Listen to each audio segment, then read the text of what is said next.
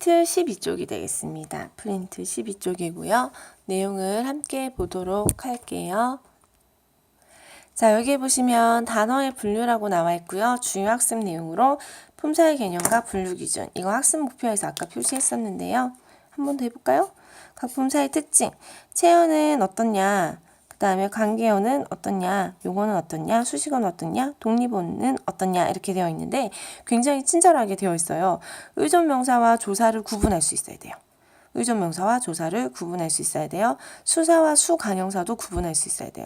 명사와 3인칭 대명사를 구분할 수 있어야 됩니다.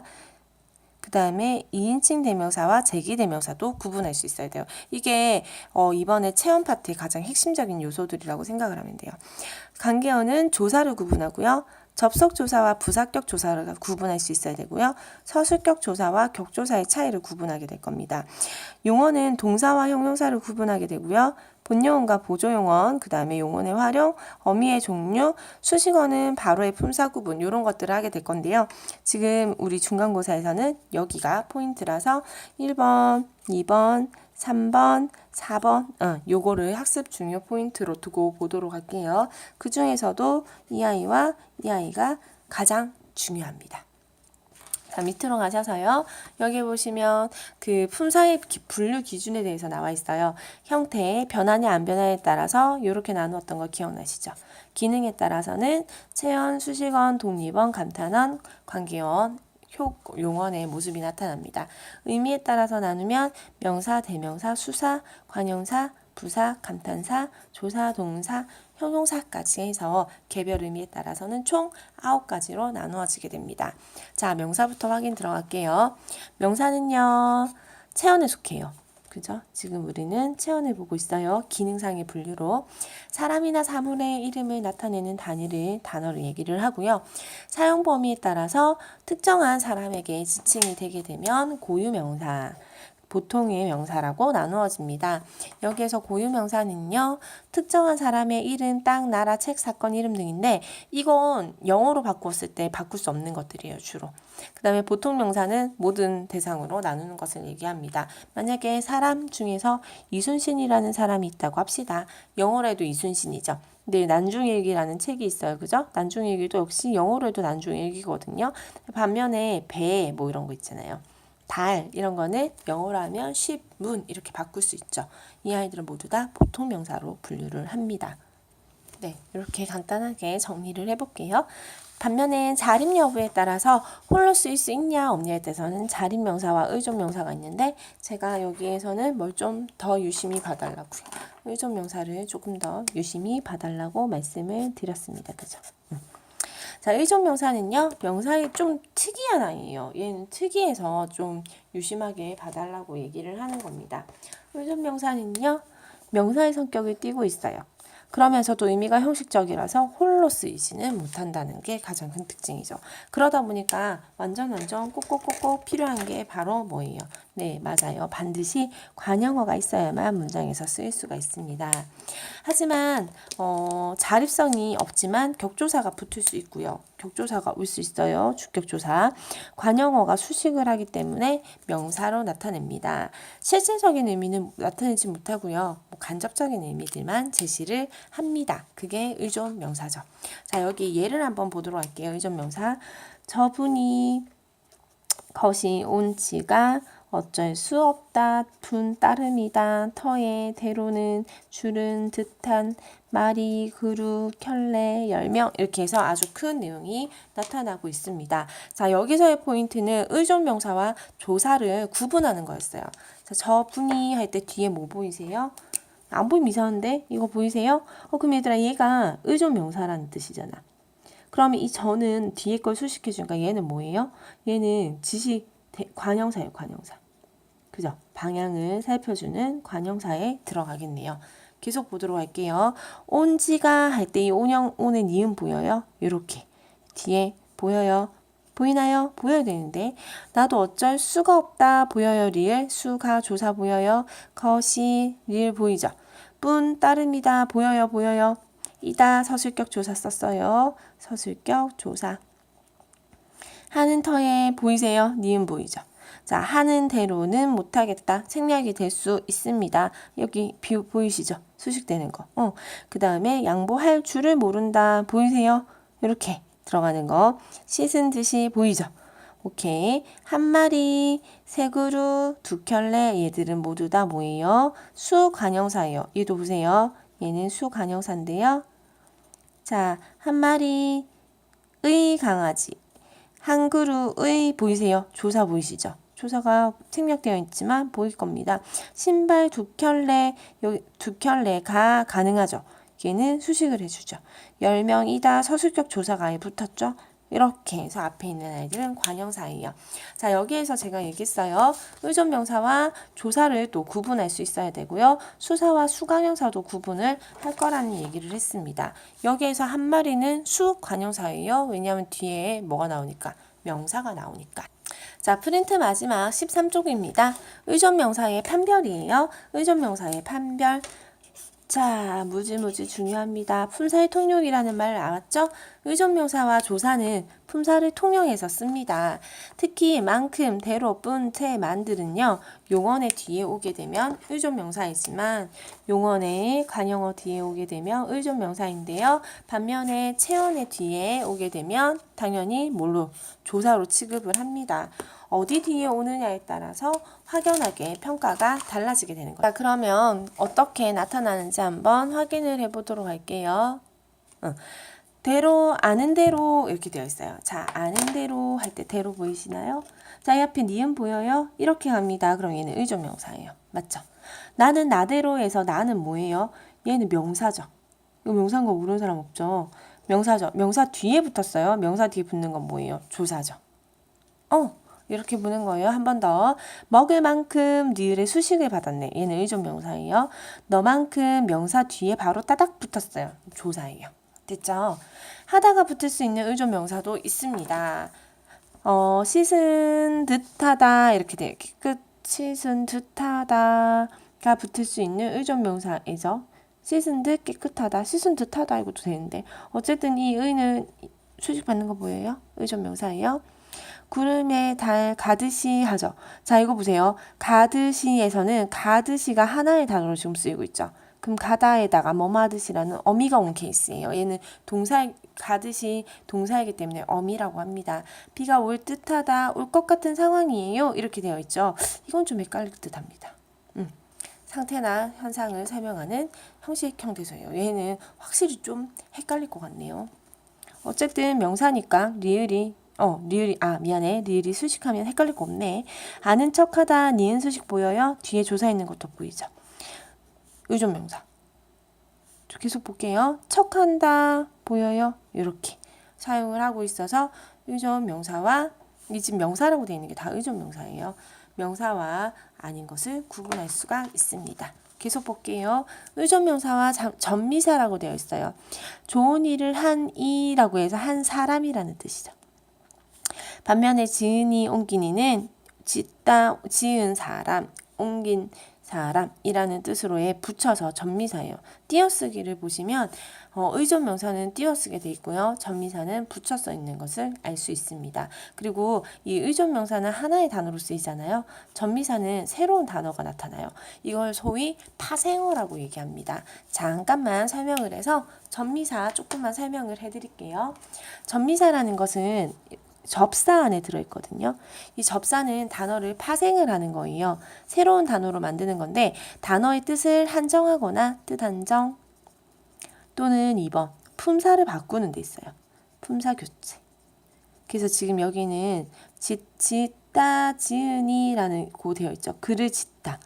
그 다음에 지은 사람이란 뜻으로 이라는 말이 붙어 있는데 짓다에다가 은이 지은 어미를 붙이시고요. 거기다가 접미사를 붙여서 명사를 만든 거예요. 동사를 명사를 바꾼 겁니다. 옮기다도 마찬가지예요. 옮기다에다가 여기에다가 니은을 붙이고 이를 붙여서 어미 연결 어미와 접미사를 붙여서 품사를 명사로 바꿔버린 거죠. 이런 것들을 전미사라고 합니다. 전미사의 개념은 지금 이번에 파트는 아니지만 한번 들어두시면 좋을 것 같아요. 자, 그 다음에 보통 명사로 쓰이는 의존명사가 있습니다. 사람, 병, 그루, 사발에 담긴 할 때 이것들 자립명사잖아요. 근데 10사람 이렇게 얘기하면 수량을 세는 거죠. 참기름 한 병 수량을 세고 있죠. 나무 한 그루, 두 그루, 세 그루 수량을 세고 있어요. 두 사발이라고 해서 모두 다 수량을 세고 있습니다. 이런 경우에는요, 수사로 명사로 분류가 되기 때문에 의존명사 중에서 단위성 의존명사가 있었죠. 그 단위성 의존명사가 바로 이 아이가 되게 됩니다. 이 단위성 의존명사는 보다시피 위에 있는 자립명사와 좀 헷갈려요. 그리고 당연히 이게 자립성 의존명사가 된다면 이 앞에 나오는 이 열 있죠. 열, 한, 두 이거는 모두 다 뭐예요? 얘들은 모두 다 관형어가 되겠죠. 수관형사예요. 자, 분류가 되셨으면 좋겠습니다. 단위일 때는 의존명사예요. 복수 전미사의 들은요, 개체의 복수를 표시할 때는 접사로 쓰고요. 둘 이상의 사물에 대해서 쓸 때는 의존명사로 사용을 합니다. 무슨 말이냐고요? 체험, 사고, 지식, 들을 사용해라 라고 얘기를 할 때 이거는 복수고요. 체험, 들을 사용해라 할 때는 의존명사로 사용을 하고요. 얘는 의존명사예요. 그래서 뒤에 을이 붙을 수가 있는 거죠. 사람들은 살아간다 라고 얘기할 때 이 아이는 전미사로 사용을 하고 있습니다. 여기까지는 안 와도 되지 않을까요? 이렇게 제가 좀 갈라드릴게요. 여기 밑에는 이쪽 위쪽으로 보시는 게 좋을 것 같아요. 대명사 가도록 합시다. 대명사는요, 사물이나 지시를 사물이나 사물의 이름을 대신해서 직접 가리키는 명사를 얘기합니다. 지시대명사와 인칭대명사가 있고요. 일부는 제기칭이라고 얘기해서 우리 교과서는 분류를 하고 있기도 하지요. 여기에 보시면 이 지시대명사는요, 관형사 플러스 의존명사가 합성어의 모습이 나타낸다는 게 좀 특징적이에요. 이것 이렇게 해서 관형사와 의존명사 것, 그것, 아무 것 이렇게 얘기를 해서 이 두 개가 합쳐진 거죠. 이거 띄었으면 안 돼요. 붙여 써있기 때문에 대명사로 연결이 됩니다. 이그저는 조사가 연결되거나 이것저것 그것으로 바꿀 수 있으면 지시대명사예요. 품사의 통령 제가 중요하다고 얘기했죠. 제가 이번에 펜 색깔을 너무 중요한 게 많아서 빨간색 쓰는 거를 조금 꺼리게 돼요. 그래서 진한 분홍색으로 계속 쓰고 있는데 품사의 통령 요건 하나 쳐드릴게요. 이그저가 연결되거나 이것저것 그것으로 바꿀 수 있어야 돼요. 이게 바로 이렇게 지시대명사를 사용을 하는 것을 얘기를 합니다. 이것은 우리의 사명이다. 지시대명사죠. 이 학생은 이것으로 구분이 안 되죠. 이럴 경우에는 관형사로 떨어진다는 거. 지시대명사와 관형사로 떨어지게 됩니다. 구분할 수 있을 것 같아요. 여기저기 여기 거기 저긴 주체 성분으로 쓰였으면 지시대명사이고 용언이나 문장 전체를 꾸미면 부사어입니다. 이 되게 여러 가지 재학생들이 있어요. 그죠? 여기가 바로 대관령이다. 여기 주체 성분으로 쓰였죠. 주어로 쓰입니다. 바로 여기 있었구나. 여기는 바로 여기 있었구나 할 때 여기요. 이따를 꾸며주는 말이죠. 그래서 이 아이는 부사어로 속하게 됩니다. 바로는 아니요. 관형사 때 얘기할 거예요. 인칭대명사는 사람의 이름을 대신 가리키는 말. 얘기하죠. 앞에 나왔던 건데요. 간단하게만 설명을 해드리면 일단 이렇게 보시면 돼요. 말하는 사람이 있어요. 우리는 이 사람을 화자라고 합니다. 그다음 두 번째는 듣는 사람이 있어요. 그죠? 이 두 사람을 청자라고 얘기를 합니다. 이 두 사람의 대화에 자리 없는 사람이 끼인다면 얘는 제3자라고 불립니다. 그죠? 화자와 청자와 3자로 나누어지는데 화자가 자기를 포함하고 있잖아요. 포함을 하고 있으면 1인칭으로 얘기를 해요. 나, 저, 우리, 저희 소임해서 나를 포함을 합니다. 2인체는 천자를 포함해요. 너, 자네, 그대, 당신, 여러분이라고 해서 여기에 속하지 않는 제3자는 이 3인칭이라고 얘기를 하고요. 아무도 없어요? 이렇게 얘기할 때 이것들은 1인칭, 2인칭, 3인칭이 아니죠. 거기 안에 속하 있지 않습니다. 그래서 대상의 이름이나 신분을 모르는 인칭대명사로 의문형에 쓰이는 누구 없어요? 후에 해당하는 건 미지칭이라고 하고요. 그 다음에 특정 지문을 특정 인물을 가리키지 않고 불특정 다수를 지칭할 때는 아무라고 얘기를 합니다. 제기칭은요, 우리 교과서에서 나왔으니까 한번 볼게요. 다 도로 나온 주어를 얘기를 하는 거죠. 철수도 자기 잘못을 알고 있어. 앞에 거. 자신을 극복하는 사람이 승리합니다. 할 때 자기는요, 뒤에 특정한 누구를 지칭하고 있지 않죠. 주어를 역할을 하고 있으므로 이 아이는 명사로 분류를 하는 게 맞습니다. 수사 마지막으로 볼게요. 수사는요, 사물이나 수량을 가리키는 건데요. 양수사와 서수사가 있어요.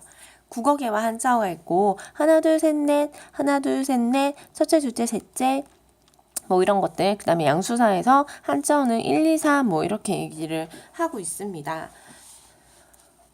수 개념의 말에 조사를 취하면 조사가 있으면 수사고요. 없으면 취하지 않으면 관형어의 기능을 합니다.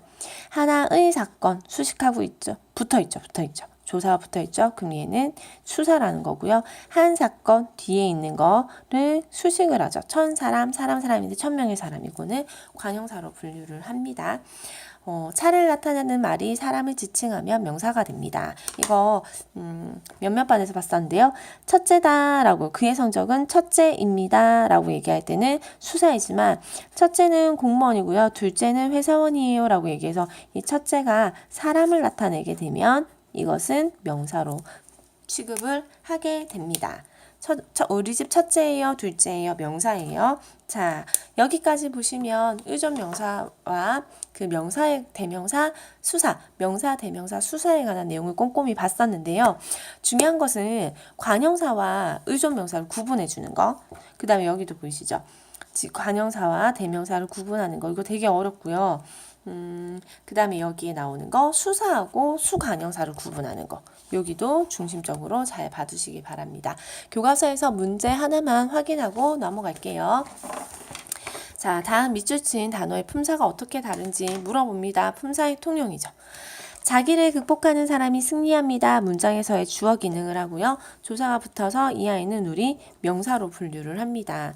그는 뭐든지 자기 고집대로 해요 라고 얘기해서 이 아이를 가리켜서 이 아이는 대명사인데요. 굳이 배워서 얘기를 하면 나도 아니고 너도 아니기 때문에 3인칭 대명사에 속하겠네요. 이 일을 한 사람이 당신이요. 듣고 있는 you, 너를 가리키기 때문에 2인칭 대명사가 될 것이고요. 자, 여기요. 할아버지께서는 생전에 당신의 장서를 소중히 다루셨답니다. 할아버지께서 생전에 다루셨으니까 지금 할아버지가 계시지 않네요. 그러면 화자가 있고요. 청자가 있고요. 할아버지는 희주곤 가셨죠, 그죠? 너무 슬픈데요.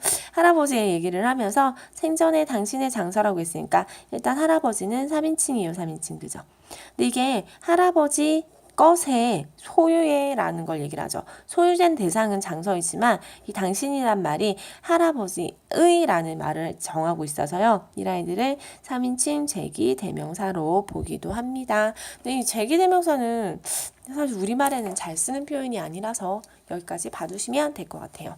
자, 끝으로 진도는 다 마쳤고요. 주의사항 제가 다시 한번 알려드려요. 수업 시간에도 너무너무 강조를 했었는데 서술형은 반드시 이다로 끝내주세요. 그 다음에 의문 쓸 때는 요거 따옴표 쓰는 거 잊지 마시기 바래요. 그 다음에 음절이랑 어절 개념 다시 한번 정리하고 시험을 치러 들어가시기 바랍니다. 문제는 난이도가 어렵지는 않지만 여러분들이 푸시기에 좀 헷갈릴 것 같아요. 그래서 정오표를 할 때 정답의 OX를 좀 분명하게 밝혀서 쓰시면 도움이 될 것 같습니다. 자, 여기까지 하도록 할게요. 수고하셨습니다.